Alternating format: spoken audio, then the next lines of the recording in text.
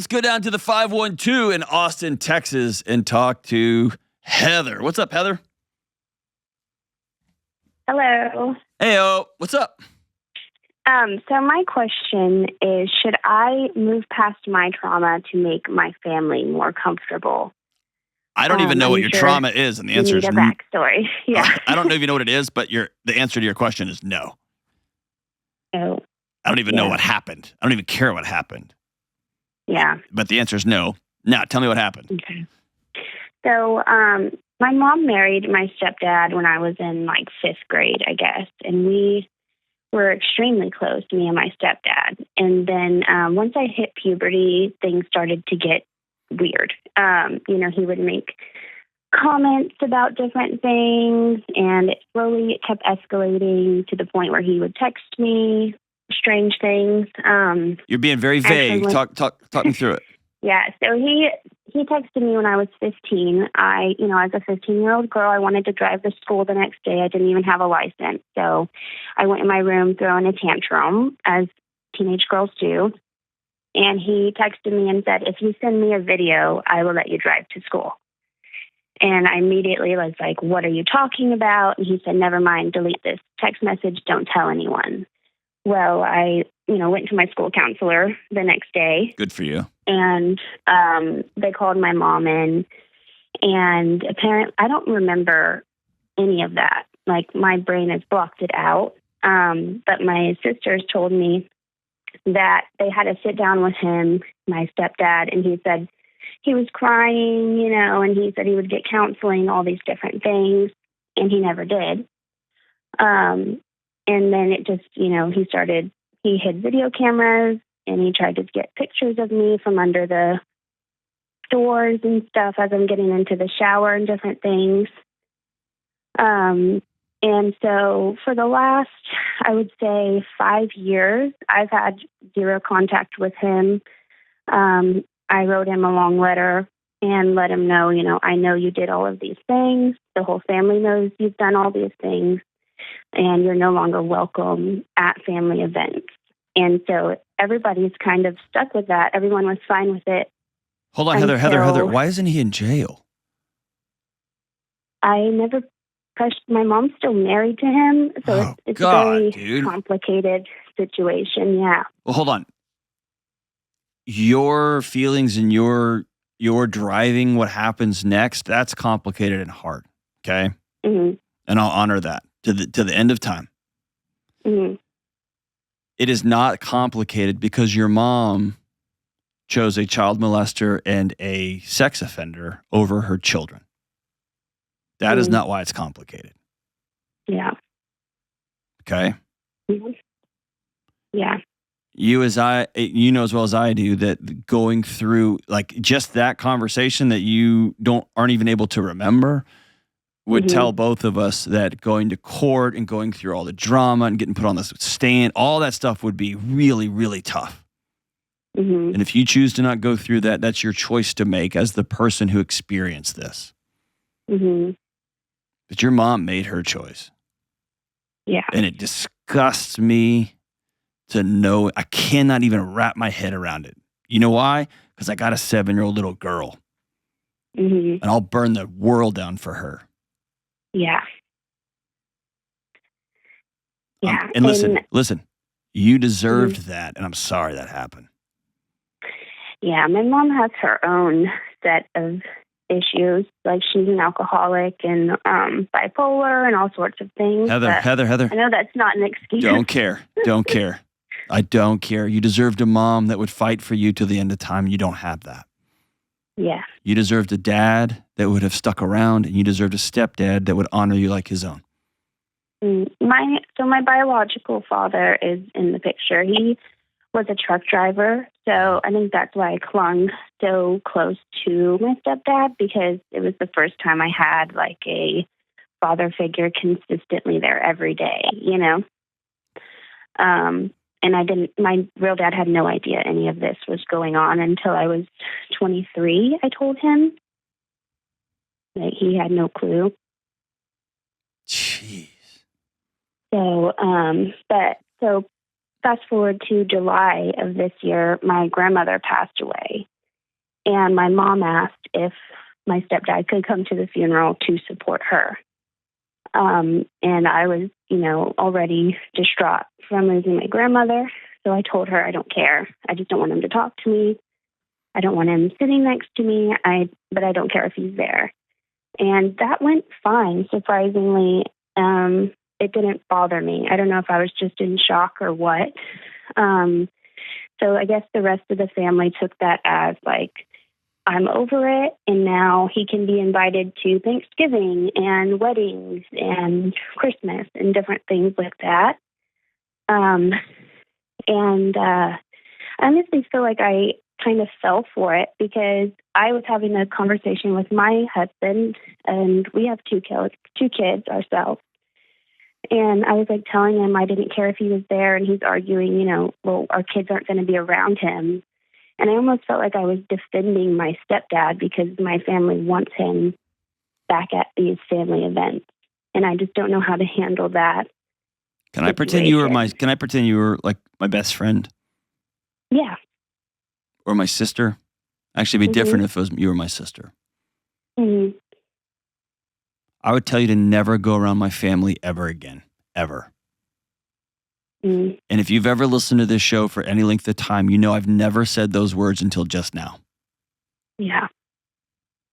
But not a single one of your family members that you've described on your side of your family deserves to be in the same universe as you. Yeah. Of course that guy's on his best behavior. You know why? He should be in jail. Yeah. And that's, what my sister was saying. She's like, it's not like he's ever going to be alone with the kids. Like everyone's going to be watching him like a hawk. It doesn't matter. Yeah. Yeah. It doesn't matter. I see it as well. Okay. It doesn't matter. Okay. You're not the crazy one. Hey, listen, the fact that you said in this call that somehow you messed something, I must have been, grieving. Yes. You didn't do anything wrong. Yeah. Yeah. You didn't do anything wrong. Mm-hmm. And you can do a lot right moving forward. Mm-hmm. I don't know that I'm not hearing in your story that you've ever properly grieved the fact that your mother sided with a disgusting human being over her daughter. Yeah, I haven't. I've always been a mommy's girl, and I've always been the person that stands up for her bad actions. And so trauma, you've probably heard this, the fight or flight, you've heard that before? Yeah. Have you heard freeze? No. Okay, there's fight, flight, or freeze. But there's a fourth one that is not talked about very often. Mm-hmm. It's called fawn, F-A-W-N. Mm-hmm. It's when people hurt us so bad that we keep ourselves safe by nuzzling up really, really close to the person who keeps hurting us. That makes a lot of sense. Maybe they'll stop. I can't defeat them, or I won't punch them. I can't get out of them out of this relationship because it would be too painful. But I'm going to take action. My body hasn't shut me down. I'm just frozen. Yeah. I'm going to get as close as humanly possible and make sure everything's perfect so I won't become a target of their evil. Yeah. It's time to be absolutely done with them. I'm so grossed out and disgusted for you, Heather. I'm so sorry. Yeah, thanks. I just don't know how to. Here's how. How I tell my family, that. In all honesty, Heather, they don't. Gosh, I'm going against everything I almost say always.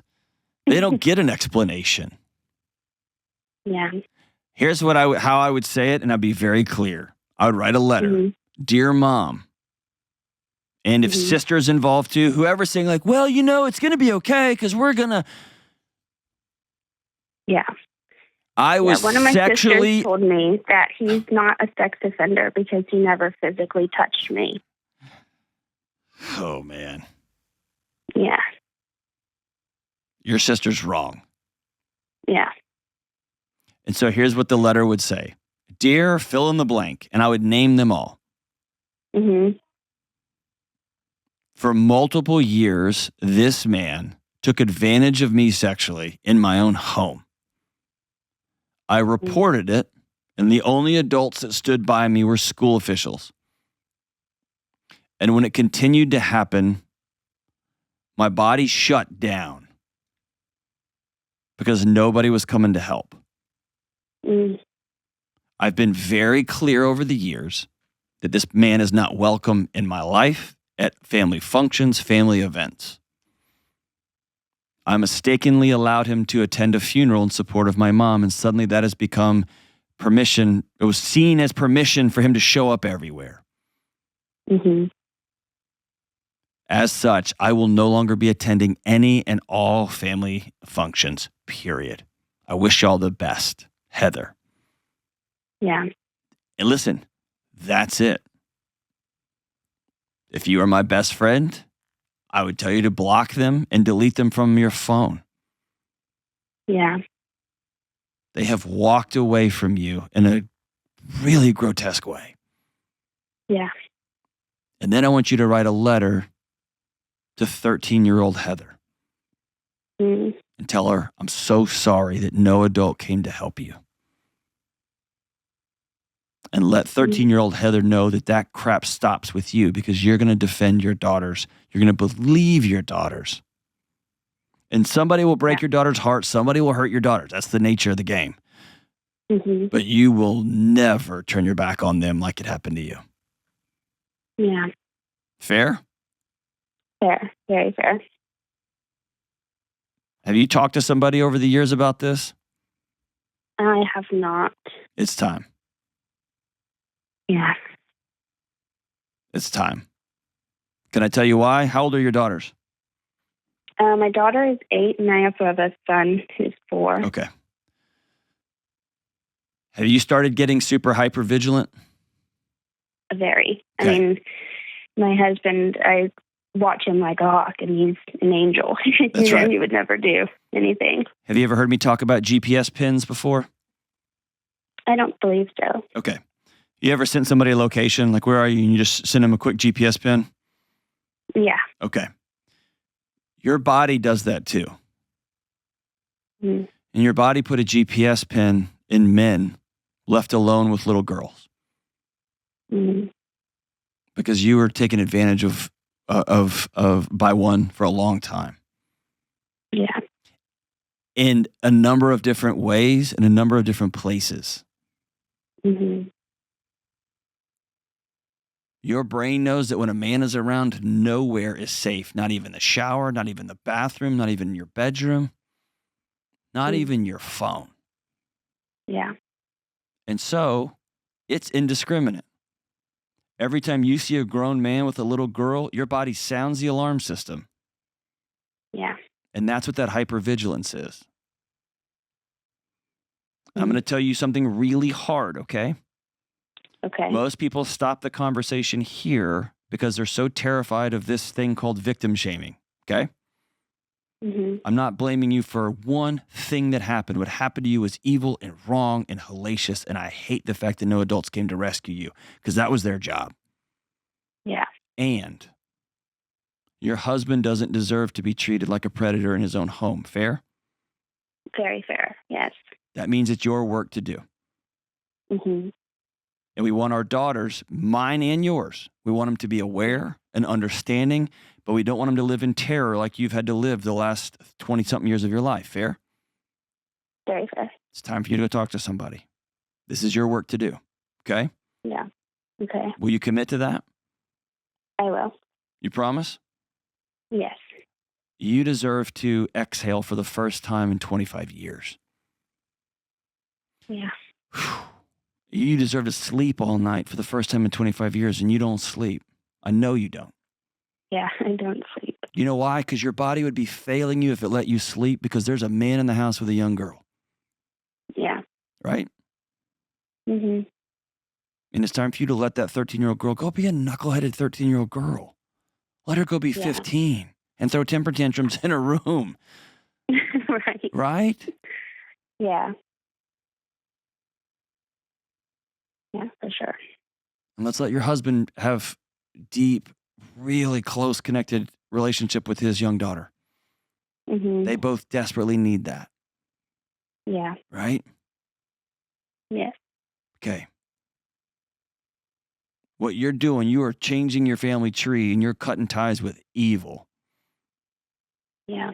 And you know as well as I do, they're going to guilt trip you. They're going to drag you back into the fold. So I would cut all ties. I would delete them out of my phone. They have cashed out. They chose a sexual predator over their daughter or their sister.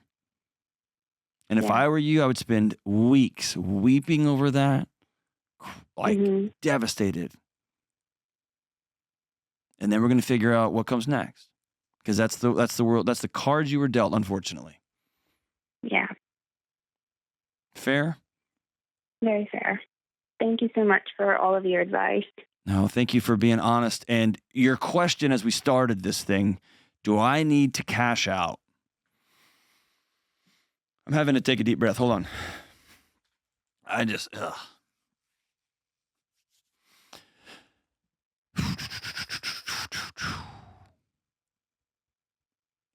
No, you never have to swallow your trauma so that other members of your family can go on with their little fantasy land.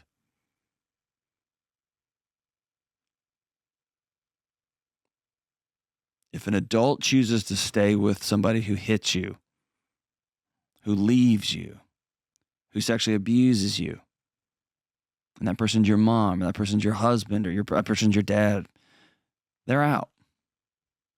They have looked at you and said, I don't want to be in relationship with you in a real world.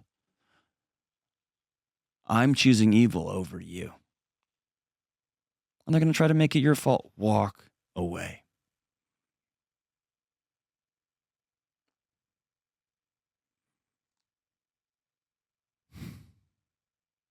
I'm telling y'all, as a community, we got to start taking care of our kids. Because the ROI on not taking care of them and this culture of abuse and this culture of don't tell anybody and this culture of the insane amount of sexual abuse that goes on with adults and kids, that goes unreported, that goes unprosecuted, that goes oh, he didn't mean it, he's actually a good, is staggering. And you know how I know? Because I've sat with these women for decades. And until the adults in the world start coming to the rescue of these kids and not protecting evil, we will have hell to pay and we'll deserve every single bit of it.